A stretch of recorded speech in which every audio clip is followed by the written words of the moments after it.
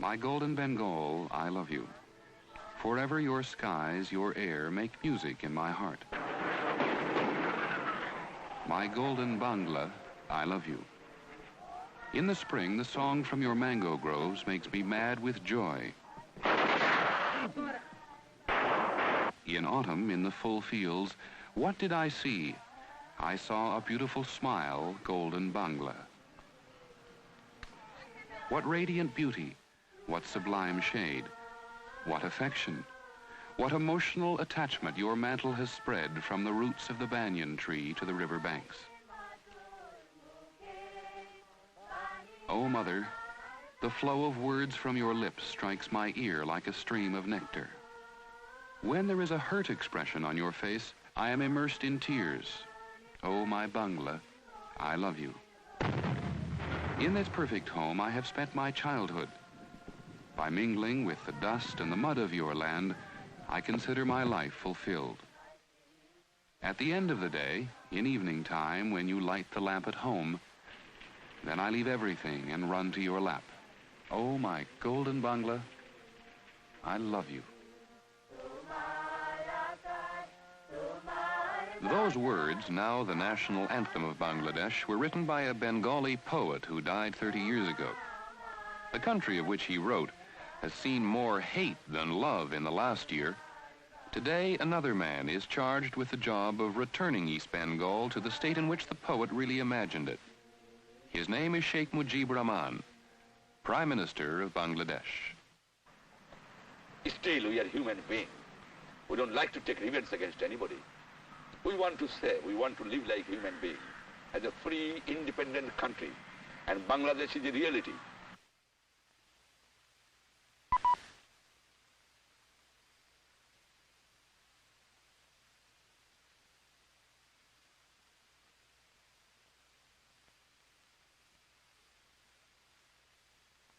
We don't believe in revenge. We believe it is the philosophy of Bengali life. Love, love, and love.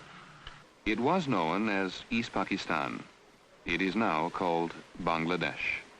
A new beginning, but there are no roots of love to nurture the birth of this nation. ABC's Howard Tuckner. For hundreds of years, this part of the subcontinent has been a human disaster area. It is no different today for the new nation of Bangladesh and for the Bengalis who live here. Their birthright, their ever-present legacies, are death and mass destruction. The country is devastated. The vital river transportation system is a shambles. The economy is ruined. It is flat, wide open, surrounded by water filled with dung and disease. The new nation has been devastated more times by plagues, cyclones, and typhoons than perhaps any other landmass. The toll has been incredible. 1 million deaths at a time, human beings. And during the gestation of this new nation, in killing, destruction, and savagery, man outdid nature. In the 9 months that the Bengalis fought for their independence from West Pakistan, this is what happened.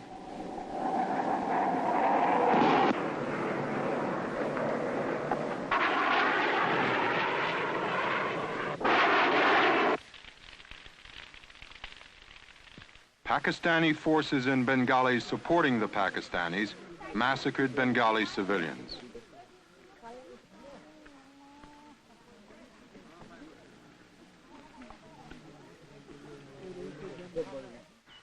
Bengalis massacred Pakistanis and their supporters.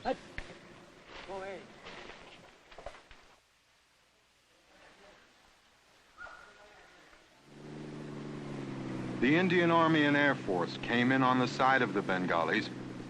There was more death and destruction.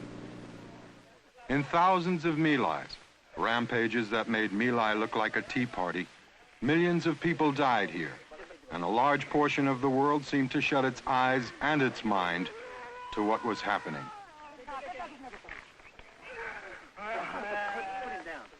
Perhaps it was the civilized mind's inability, as with Biafra, to comprehend such staggering numbers of civilian dead.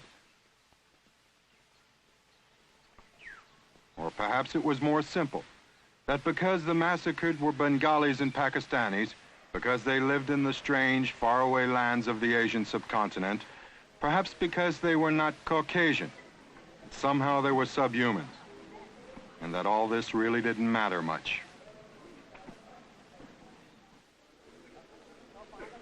Out of this savage, hysterical past, the only possible savior during the early months of this new nation could have been Sheikh Mujibur Rahman.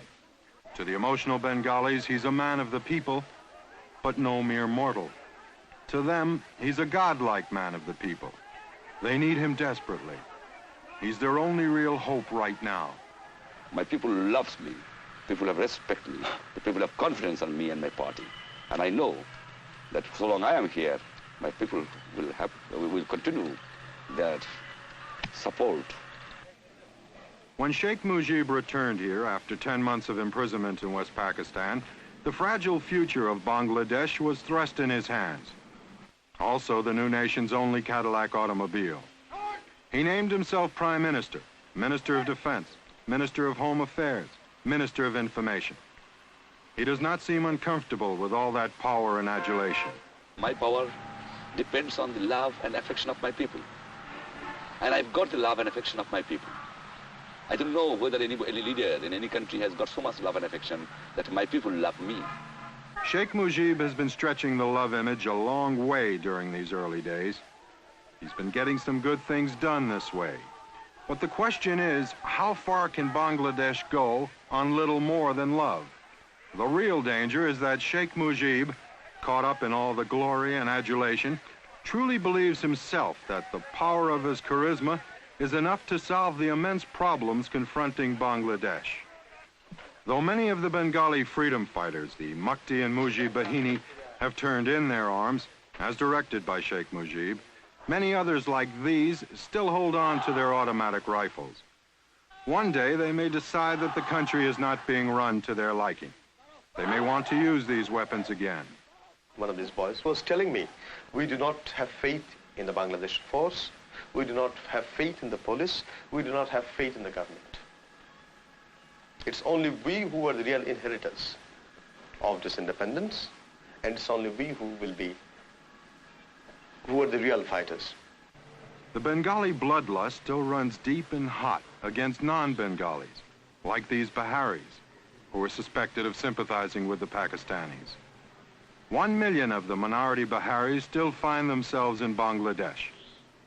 At this moment in time, there's no way out for them, no exit. There may be more massacres. And even now, left and right-wing extremists are waiting and planning. Peace may not be that permanent here. Massacres, of course, can take place, whether it's racial, whether it's political, between the right and the left, between one group of political elements and another group of political elements, between different classes, and also between Bengalis and non-Bengalis, or Biharis as you may call them. And since the problems are immense, and solution does not come very handy,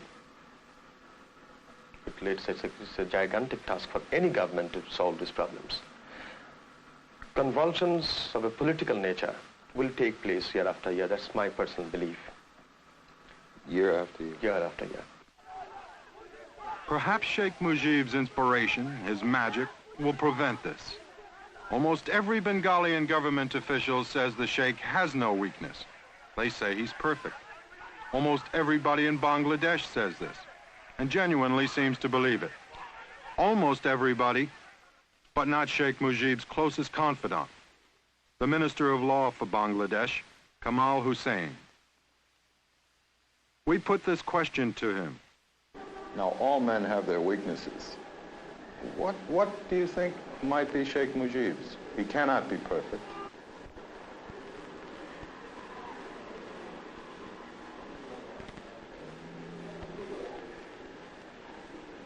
Well, I don't know. I think you might say that perhaps in his if optimism is a weakness, you might say that, he is an optimist. He always expects things to work out. He has an enormous faith in the capacity of, the people to do things. And sometimes, this kind of optimism may mean that you may have put more faith than a situation demands, and this may lead to certain disappointments.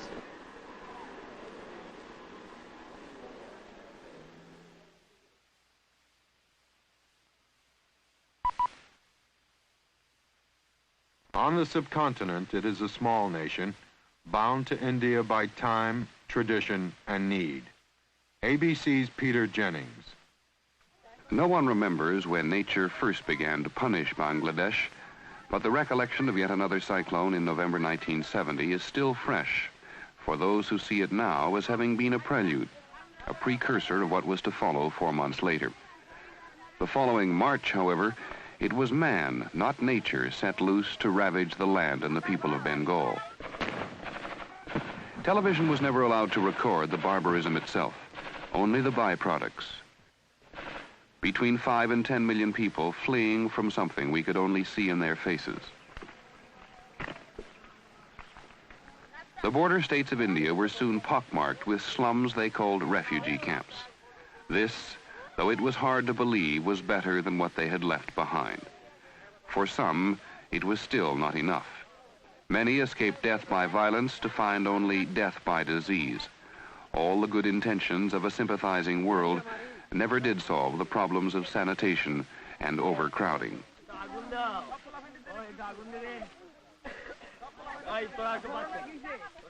A few months later, we could see for ourselves what these people had escaped.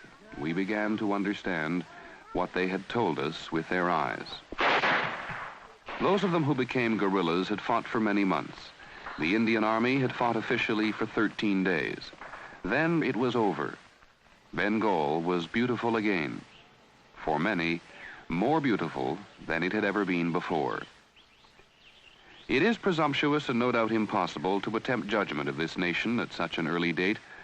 Yet this is not a nation just emerging from the drawing board, but a timeless piece of land on which more than 65 million people hope not only to survive, but to prosper. And suddenly, the people were going home. Many had walked 3 weeks to escape the terror of the past. Now they were to return on a journey which seemed shorter. The Indian government had spent $450 million on their care. The sooner they left, the sooner India would lighten the present burden on her shoulders. Not all actually want to return. For many, the camps had seemed secure. There is a gnawing uncertainty about what life at home would hold. The future for almost everyone is uncertain. Government officials may speak glowingly of plans and expectations, but they are still guessing, for the government is not yet geared to be specific. Because I have to arrange food for my people first, and there I have to give them houses because everything has been burnt. I have to restore communication system. I have to arrange the employment of my people. That is serious problems I am facing. One anticipated problem has not developed. There is not the mass starvation that had been predicted. Barring new natural disasters and given a reasonable amount of immediate aid, widespread famine will not occur. People return from India with 2 weeks' food, and on the land itself, small farms began to function again. Life is simple here and more easily resumed. In some parts of the country, the war prevented spring planting, but Bengalis for generations have tailored their consumption when shortages occurred, and this year they will do the same. If production increases and the population can be controlled, the people of Bangladesh can eventually feed themselves. It is not enough, however, just to feed yourself, nor is it enough to dwell on the past, for the future in Bangladesh is rushing in unchecked, and the list of priorities seems endless. The most immediate concern, the most urgent, is transportation. Every train that brings refugees cannot also bring supplies. There are few trains running, for there are few railroads which are wholly intact. The Pakistan Army, the Indian Army, and the Mukti Bahini guerrillas, they all had a hand in destruction, each with his own reason. The Pakistanis, to slow the Indian advance, blew the railroad bridges as they fled. The Indian Army tore up tracks to move their tanks faster inland. The Mukti Bahini destroyed bridges to prevent the Pakistanis reaching areas they, the guerrillas, had finally controlled. More than 400 bridges have been destroyed. Their repair means material and money, which for the moment does not exist. Bangladesh from the air often appears more water than land. The rivers are like roads, and it is on them now that the country must rely more heavily than ever.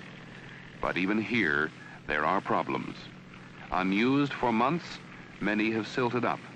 Large cargo boats move only in limited areas. The small, now famous country boat can only carry so much. In the country's two major ports, the situation is similar. Ships sunk during the war blocked the main channels. The mines have been cleared, but until now, no international shipping has ventured in. No shipping, no aid. No export of goods which Bangladesh must sell to earn foreign exchange. In Chittagong, the country's largest port, damage is extensive.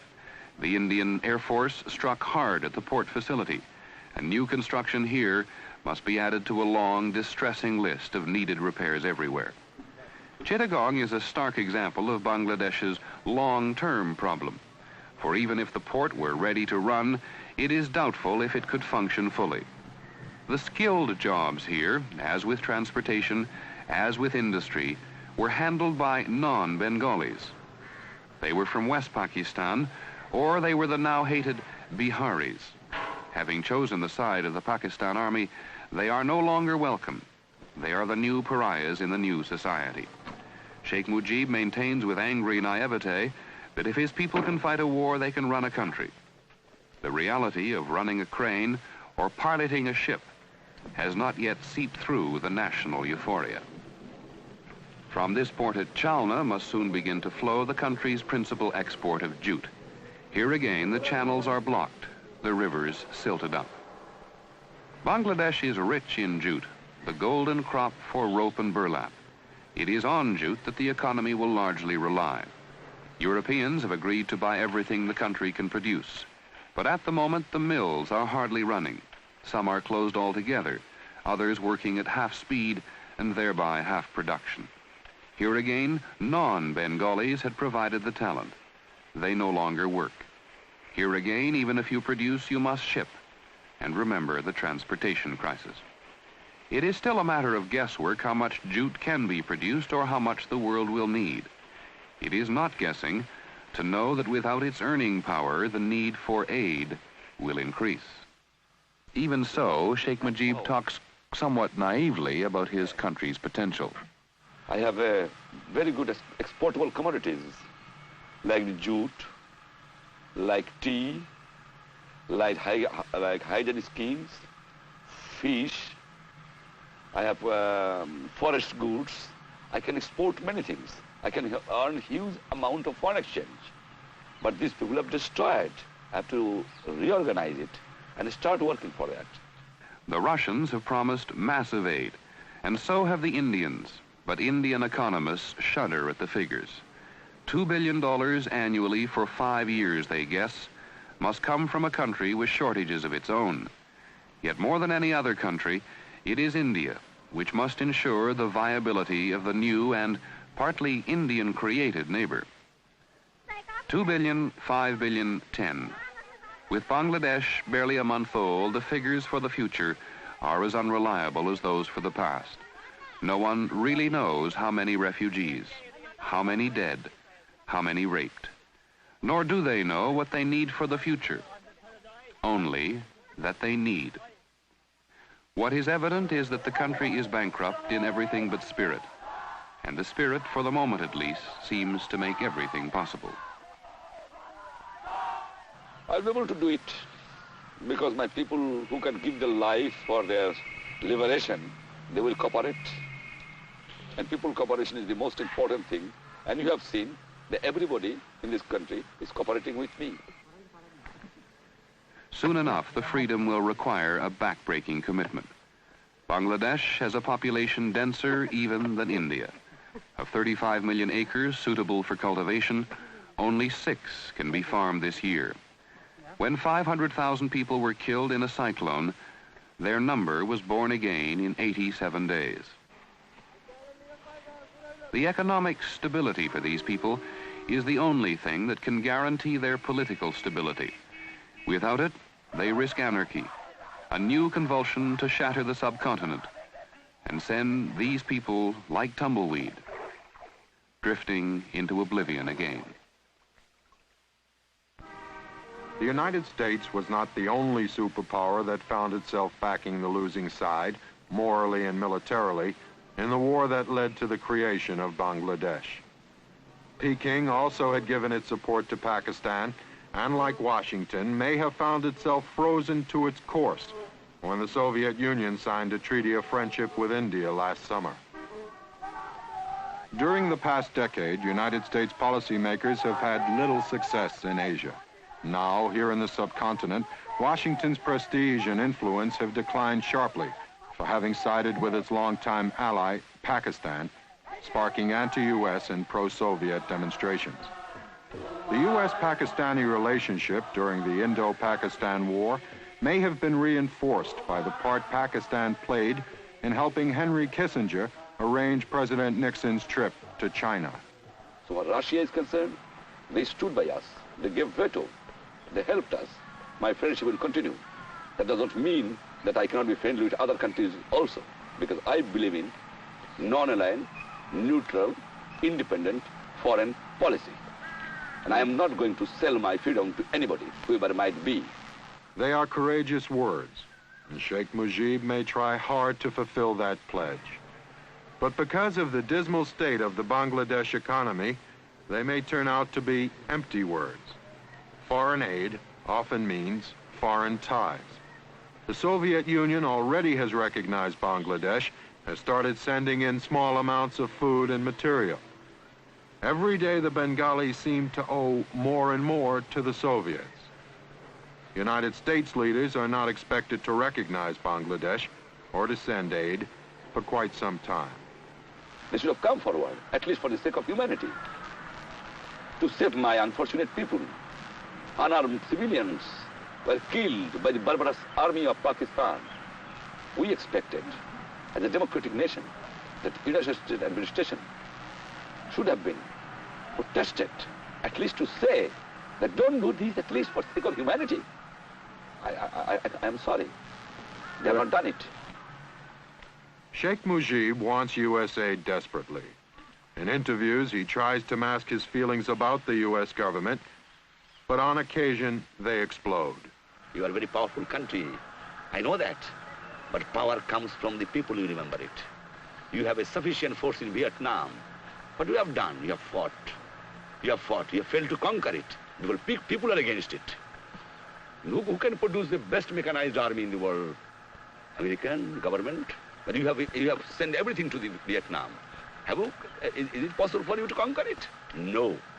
In 3 weeks, 2,000 miles from this land of golden Bangla, President Nixon will arrive in Peking for meetings with Zhou Enlai. The superpowers have many urgent matters to discuss.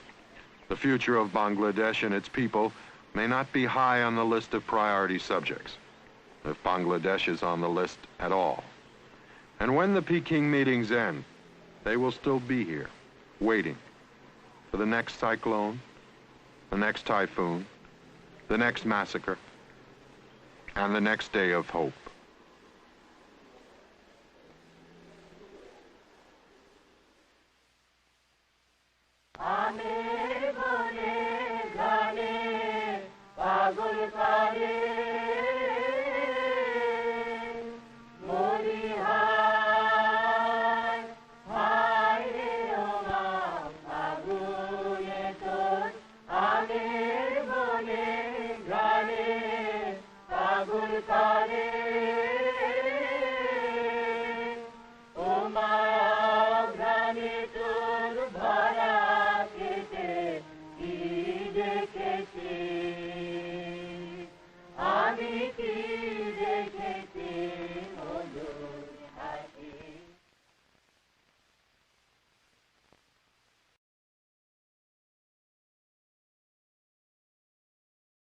returning East Bengal to the state in which the poet really imagined it. His name is Sheikh Mujibur Rahman, Prime Minister of Bangladesh. Still, we are human beings. We don't like to take revenge against anybody. We want to say, we want to live like human beings, as a free, independent country. And Bangladesh is a reality.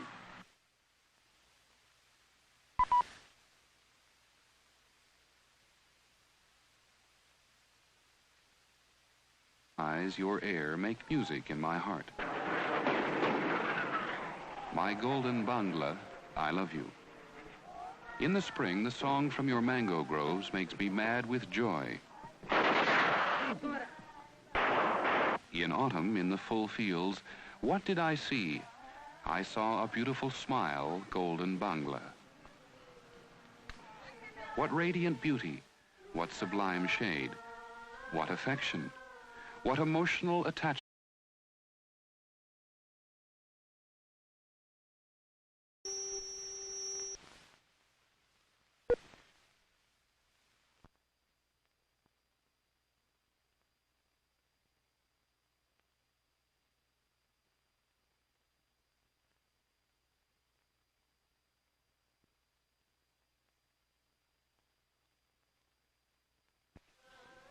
My golden Bengal, I love you. Forever your sky. At the end of the day, in evening time, when you light the lamp at home, then I leave everything and run to your lap. Oh, my golden Bangla, I love you. Those words, now the national anthem of Bangladesh, were written by a Bengali poet who died 30 years ago. The country of which he wrote has seen more hate than love in the last year. Today, another man is charged with the job of your mantle has spread from the roots of the banyan tree to the river banks. Oh, Mother, the flow of words from your lips strikes my ear like a stream of nectar. When there is a hurt expression on your face, I am immersed in tears. Oh, my Bangla, I love you. In this perfect home, I have spent my childhood. By mingling with the dust and the mud of your land, I consider my life fulfilled.